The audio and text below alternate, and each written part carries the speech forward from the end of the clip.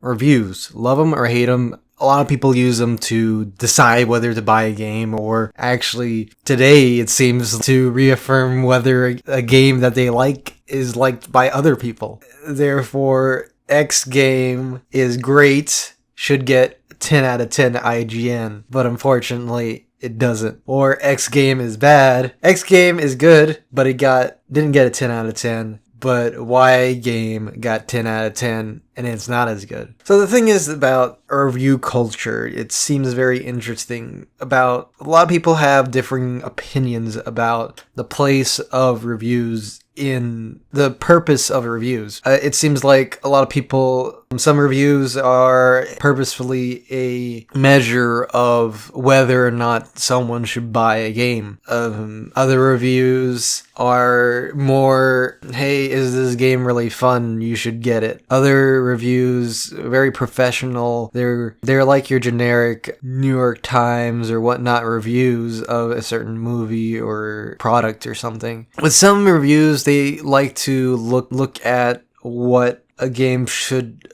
be. You know, they don't give a score or anything. They typically look at the game and say, hey, this is what's great about it. This is what's wrong with it. This is some interesting ideas I had with it. They look to bring out certain ideas and topics that people wouldn't notice with the game, that if you were just playing it normally. They give meaning to a game, movie, or property. Just like movie critics before, Roger Ebert as a movie critic, or even the critics of yesteryear, Plato and all those old philosophers / theater critics, you know? And you see this as a topic of contention a lot, as, you know, some people believe that a review should be a person's subjective opinion. Should be an objective review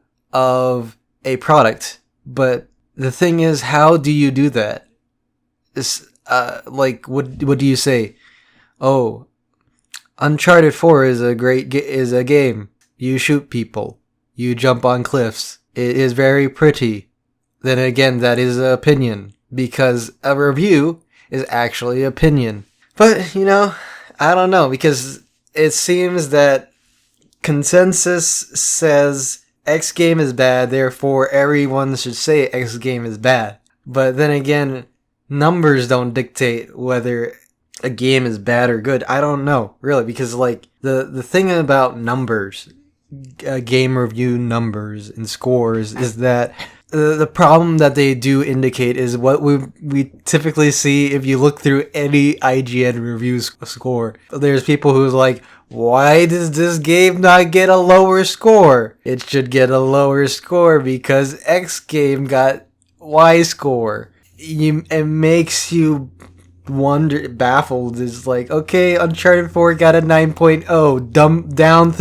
Downvote this. Downvote it, and then comment down below, Black Ops 3 got 9.0, Uncharted 4, what the F? IGN, I thought you were good at reviews. Never make a review. KYS. It's just like, okay, why? Why are you so angry at, this is a person's opinion.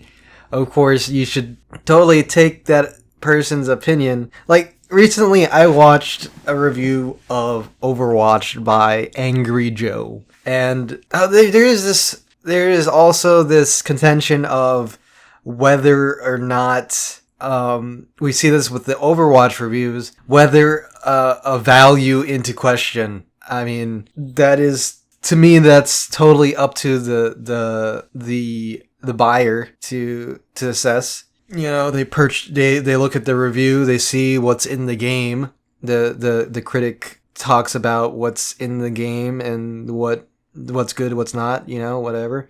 But it is up to the viewer to assess whether or not they should buy the game. Even if the reviewer says, oh yeah, you should buy this game, it's still up to the viewer to decide whether or not they should buy said game. But I don't know. Critics to me, I feel like value shouldn't be an opinion in a review. You know, you shouldn't negatively attack a game because of its perceived value. Maybe, I don't know. A lot of contention right now is of Overwatch's price being $40 on PC and $60 on console, and it only having 3 game modes.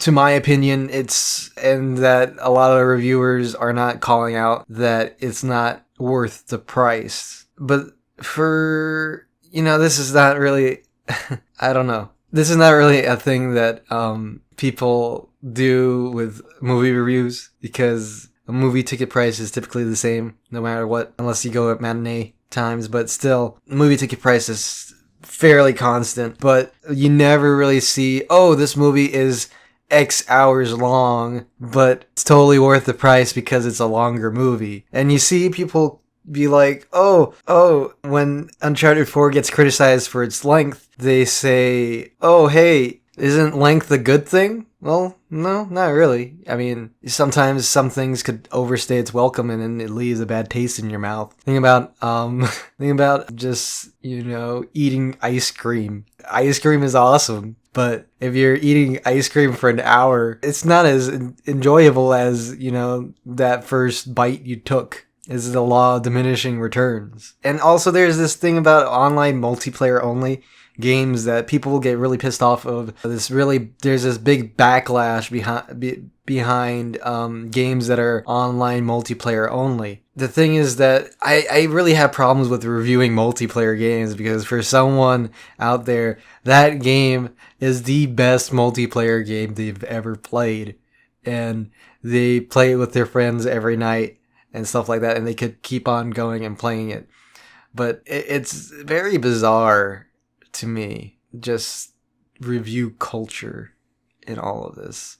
And I feel like IGN gets a bad rap of saying, oh, they get paid by game studios, by Sony or Xbox, preferring one company over the other. It's not really that. They really like, those people really like games, and that's, each review is typically that person's personal opinion. Then again, it does show where a company aligns itself towards if their average review, an average score for a AAA game is an 8. There is a polish to AAA games, but I do believe that an average game should get a 5. That's average. If you take an average, 5 is right in the middle. And then again, I don't know. Their scores tend to skew towards the positive. There's always hate towards reviewers and stuff like that because they hate certain products, certain idea or something. But I really wish that more people would listen to